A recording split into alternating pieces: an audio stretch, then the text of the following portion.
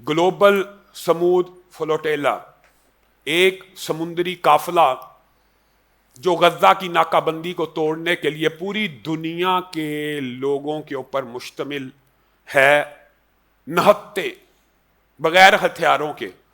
اور پاکستان کو یہ سعادت حاصل ہے کہ پاکستان کے دو بطل، دو رہنما، اس میں شامل ہے ایک سینیٹر مشتاق صاحب اور ایک پیر مظہر سعید شاہ صاحب، اللہ ان دونوں کو جزائے خیر دے.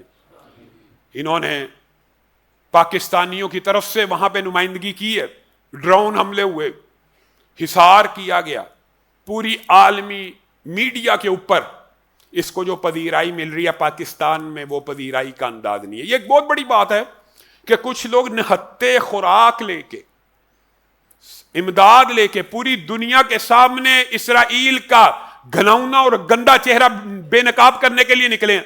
ویسے مسلمانوں پہ اعتراض ہوتا ہے حماس کے اوپر، یہ وہ کہ آپ پٹاخہ چلاتے ہیں بدلے میں مسلمان مر جاتے ہیں. اس قافلے کے اندر ایک گن بھی موجود نہیں ہے. وہ ان کے منہ بھی بند کر دیے کہ جو کہتے ہیں یہ جو حملہ کرنے کے بعد نقصان ہوتا تھا، یہ ہوتا تھا، یہ تو بغیر اسلحے کے جا رہے ہیں. کیا ان کو اسرائیل داخل ہونے دے رہا ہے؟ نہیں، بغیر ہتھیار کے غذا بھی، صرف خوراک بھی پہنچانے نہیں دی جا رہی. آپ کے سامنے بچے مر رہے ہیں، بچے کٹ رہے ہیں. ہمارا یہ کام ہے ہم مسلسل اس آواز کو بلند کریں اور اس قافلے کی حفاظت کی دعا بھی کریں، اور یہ دعا بھی کریں کہ یہ ایک بریک تھرو ہو اور مسلمانوں تک امداد اپنے تئی پہنچانے کا سسٹم شروع ہو. ٹھیک ہے، فلسطین کی ریاست کے ذریعے امداد پہنچ رہی ہے، اس سے بھی انکار نہیں ہے، اور ہم فلسطین کی ریاست کے ہم نوا ہیں، ہم اس کے ساتھ ہیں. فلسطین کی ریاست کا بھی جو موقف ہے ہم اس کے ساتھ بھی کھڑے ہیں کہ ان کے ذریعے امداد پہنچنی چاہیے.